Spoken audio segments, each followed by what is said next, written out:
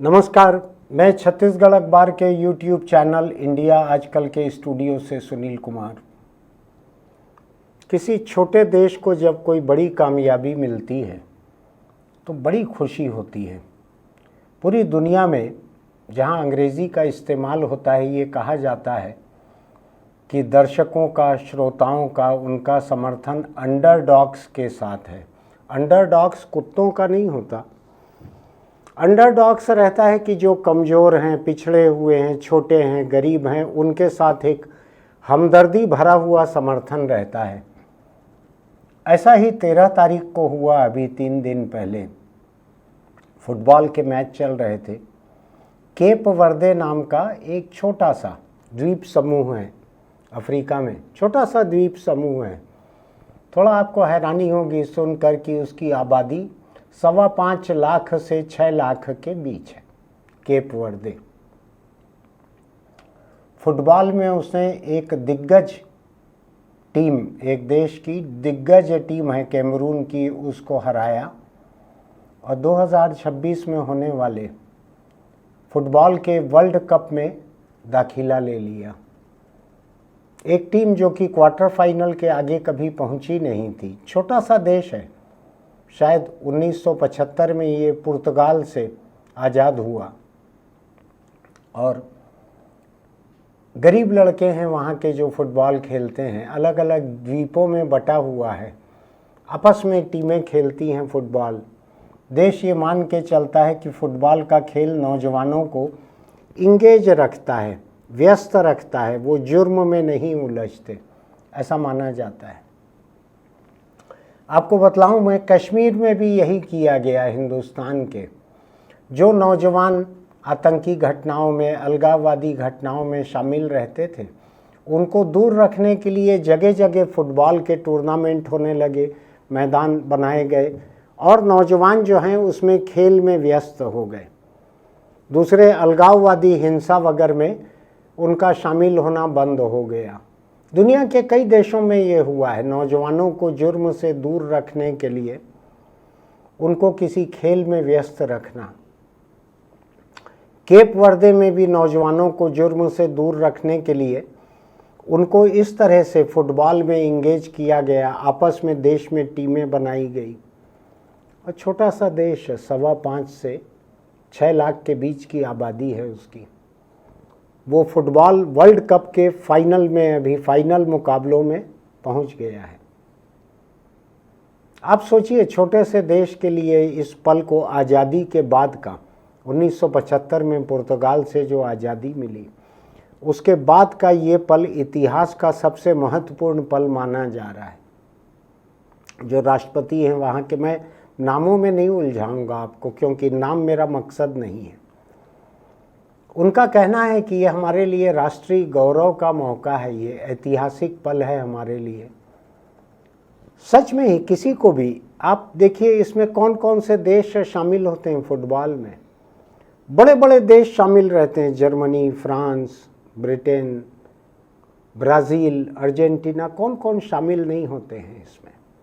बड़े बड़े देश हैं, आबादी बड़ी बड़ी है, साधन बड़े बड़े हैं, स्टेडियम बड़े बड़े हैं, कोच बड़े बड़े हैं, महंगी टेक्नोलॉजी का इस्तेमाल करते हैं ट्रेनिंग में। ऐसे में एक छोटा सा गरीब देश, 5.25 लाख से 6 लाख के बीच की आबादी का देश फाइनल में पहुंच रहा है, फाइनल मुकाबलों में शामिल रहेगा वर्ल्ड फुटबॉल के। कितनी बड़ी बात है। मैं अभी केवल आंकड़ों का मजा ले रहा था जरा, कि हिंदुस्तान 140 करोड़ पार कर चुकी है आबादी यहाँ। उसमें अगर हम देखें कि केप वर्दे की आबादी जो है उसके कितने देश यहाँ पे आएंगे, तो पता लग रहा है 2600 से ज़्यादा केप वर्दे हिंदुस्तान में आ जाएंगे आबादी के हिसाब से देखें तो वो देश जो कि फुटबॉल में वर्ल्ड कप फाइनल में पहुंच गया है, वैसे 2600 देश यहाँ हो सकते हैं हिंदुस्तान में आबादी के हिसाब से।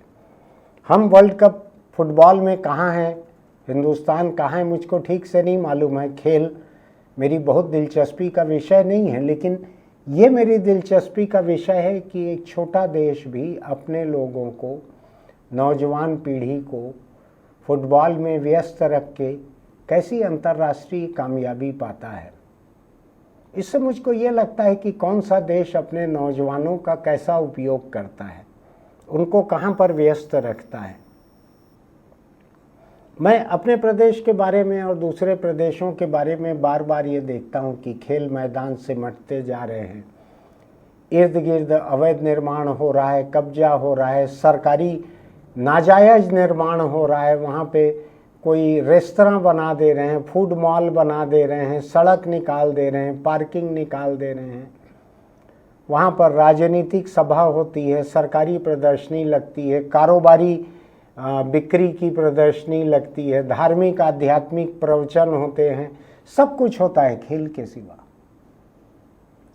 मैं उसी को गिनाने के लिए कि हिंदुस्तान जैसा देश जो है उसकी टीम फुटबॉल की कहाँ तक पहुँची है। आपको पता है क्या कि दुनिया में रैंकिंग में हिंदुस्तान की फुटबॉल टीम कहाँ पर है?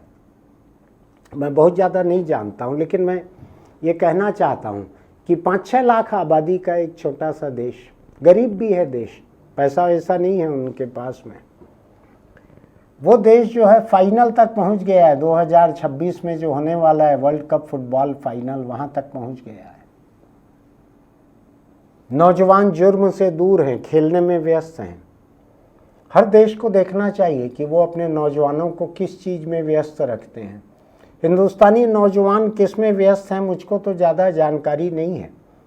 मैं पूरे दुनिया का जो गोला है उसके हर हिस्से को देखता हूँ, तो थोड़ा हिंदुस्तानी नौजवानों को कम देख पाया हूँ मैं अभी। आप ज़्यादा देखे होंगे।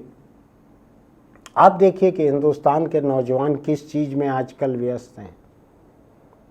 और अगर केप वर्दे जैसी मेहनत यहाँ पे की गई होती, यहाँ बहुत सारे स्टेडियम हैं अलग अलग प्रदेशों में, हर प्रदेश में स्टेडियम है, अंतर्राष्ट्रीय स्टेडियम है, बहुत सारा सरकारों का पैसा भी खर्च होता है, लेकिन हम पहुँचे कहाँ पे हैं थोड़ा उसको देख लीजिए। ये केप वर्दे के ठीक छोटा देश जो है, एक बार जो फाइनल में पहुंचा है फुटबॉल में, वो आइसलैंड है। लेकिन आइसलैंड की अर्थव्यवस्था बहुत अच्छी थी, पैसा रुपया था उनके पास में, वो तैयारी कर सकते थे। केप वर्दे के तो खिलाड़ी दुनिया भर में जाके अलग अलग देशों से खेलते हैं, क्योंकि वहाँ उनको भविष्य नहीं दिखता है, गरीब देश है बहुत, तो यहाँ के खिलाड़ी जाके अलग अलग देशों की टीमों से खेलते हैं।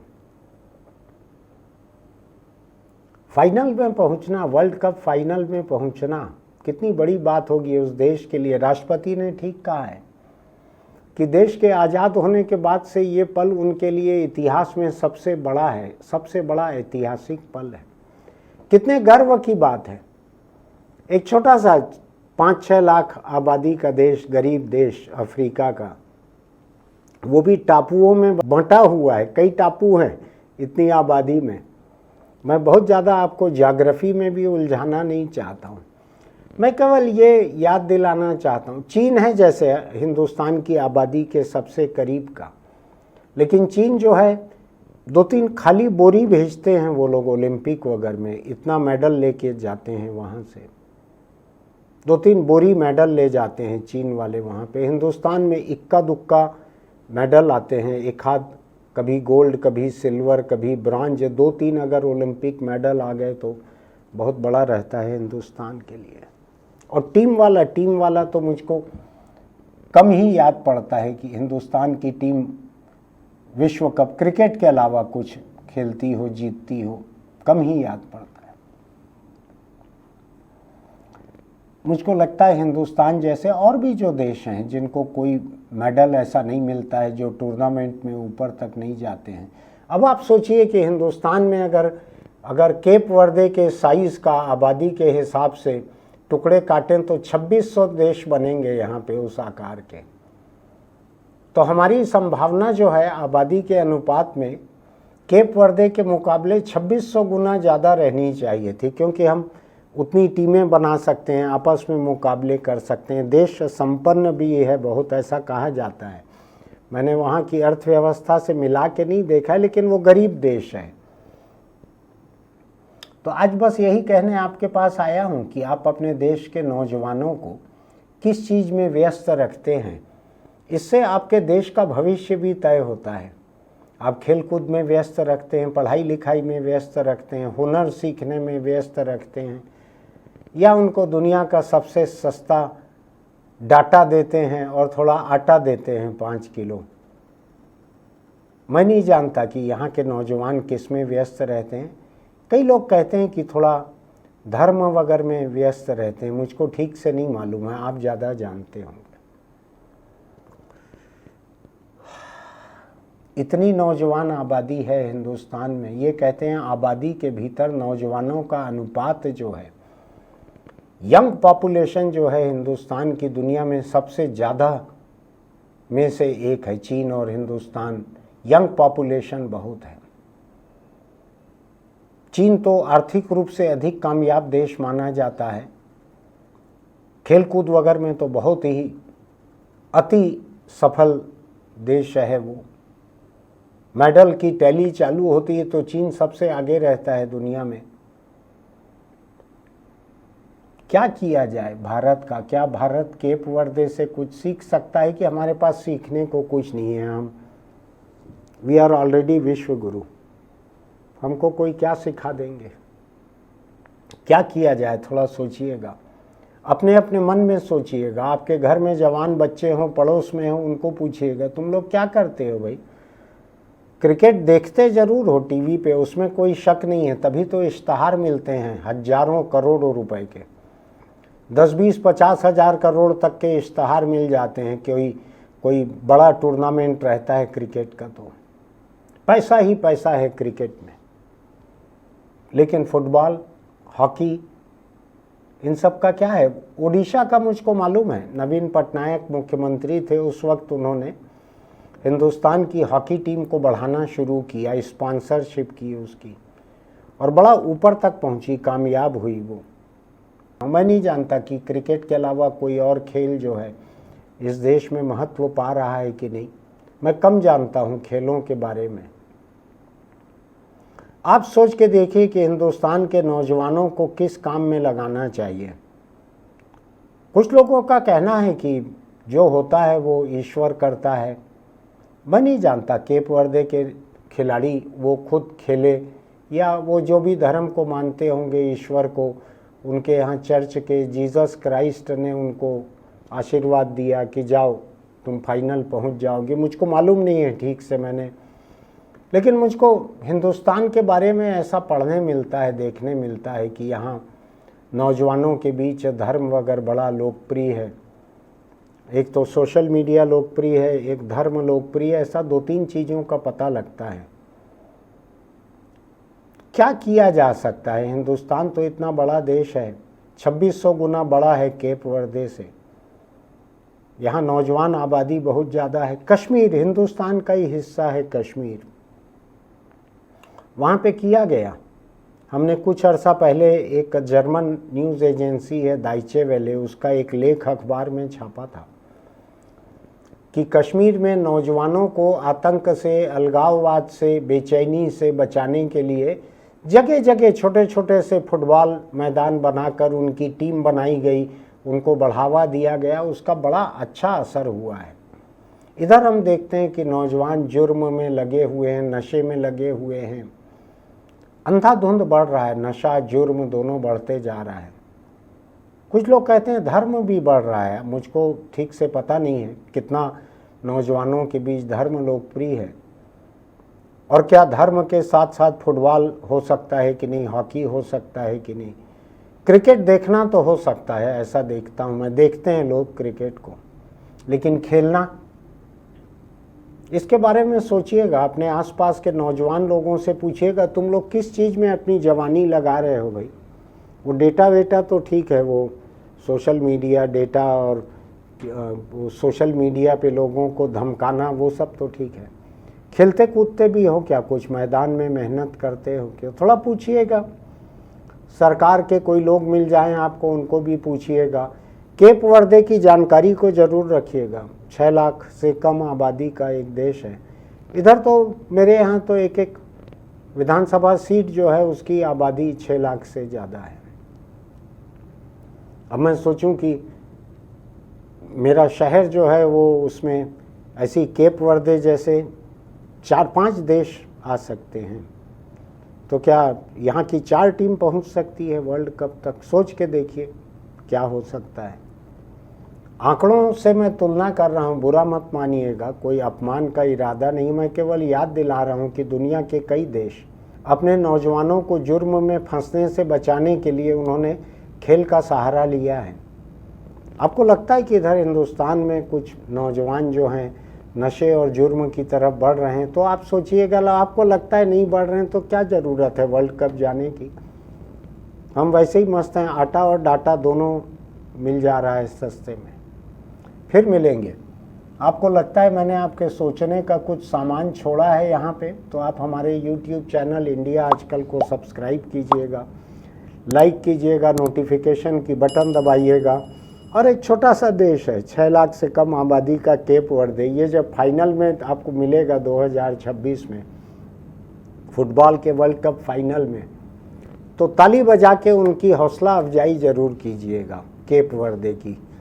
ये दुनिया के फुटबॉल इतिहास में दूसरा देश है सबसे छोटा जो कि पहुंचा है फाइनल तक। आइसलैंड इसके पहले पहुंचा था, लेकिन बहुत संपन्न देश है, आबादी इससे आधी थी, लेकिन संपन्न देश था, उसका पहुंचना समझ में आता था। सोचिएगा क्या किया जा सकता है, कौन कौन सी चीज़ों को छोड़कर खेल की तरफ मोड़ा जा सकता है नौजवानों को। मैं कोई चीज़ सुझा नहीं रहा हूँ कि कहाँ से आप हटाएं, आप खुद ही तय कीजिएगा। चलते चलते छोटी सी सलाह, अगर आप दोपहियों पर चलते हैं तो हेलमेट लगा कर रखिए, चाहे चलाएं चाहे पीछे बैठें। इन दिनों तो मैं देखता हूँ मेरे यहाँ करीब 50% दोपहिए वाले ऐसे दिखते हैं जो एक हाथ से दोपहिया चलाते हैं, एक हाथ में मोबाइल पकड़े रहते हैं, उससे बात करते रहते हैं, उसका कोना कान में भीतर डाल देते हैं, मोबाइल का एक कोना कान में इतने भीतर तक डाल देते हैं कि मुझको समझ नहीं आ रहा कि ये सुन रहे हैं कि खुजा रहे हैं कान को। उनकी पूरी एकाग्रता मोबाइल की तरफ रहती है। कई लोग स्क्रीन देखते रहते हैं, एक अंगूठे से स्क्रॉल करते रहते हैं और स्कूटर चलाते रहते हैं। मुझको लगता है कि हिंदुस्तानी जो हैं उनकी एकाग्रता की पराकाष्ठा जो है वो तब रहती है जब वो दोपहियों पर चलते हैं, एक हाथ से हैंडल पकड़ते हैं, एक हाथ से मोबाइल देखते हैं, उसको स्क्रॉल करते हैं, पढ़ते जाते हैं, बोलते जाते हैं, सुनते जाते हैं। मैंने तो ऐसे लोगों को भी देखा है जो एक हाथ से मोबाइल पकड़ के पहले मिरर में अपने को देखते हैं, फिर मोबाइल का वीडियो कैमरा चालू करते हैं कि हाँ चेहरा ठीक है, वीडियो कैमरा चालू कर लो, वीडियो कॉल पे बात करते रहते हैं। जिंदगी खतरे में पड़ती है ऐसी हरकतों से। और मैं बताऊं आपको, सड़क हादसों में मर जाना सस्ता पड़ता है। कोमा में ज़िंदगी भर पड़े रहना, घायल होकर हाथ पैर काम करना बंद कर दें, आप व्हील चेयर पर आ जाएं, बिस्तर पे पड़े रहें, बेहोश पड़े रहें, बहुत ख़राब ज़िंदगी हो सकती है। हेलमेट लगा कर रखिए। और कार हो, स्कूटर हो, जो भी हो, चलाते हुए मोबाइल फ़ोन से दूर रहिए। मैं आपको बताता हूँ, किसी एक्सीडेंट की हालत में आपका मोबाइल फ़ोन जो है आपके खिलाफ पहला गवाह रहेगा, पहला सबूत रहेगा, जो बताएगा कि आप बात कर रहे थे, डायल कर रहे थे, जवाब दे रहे थे एक्सीडेंट के समय। वो पहला सबूत आपके खिलाफ अदालत में रहेगा। तो कोई भी गाड़ी चलाते मोबाइल फ़ोन से दूर रहिए, दोपहिया चलाते हेलमेट लगा कर रखिए, कार चलाएं तो सीट बेल्ट लगा कर रखिए, बैठे हुए हैं तो भी यही सब करना है। फिर मिलेंगे।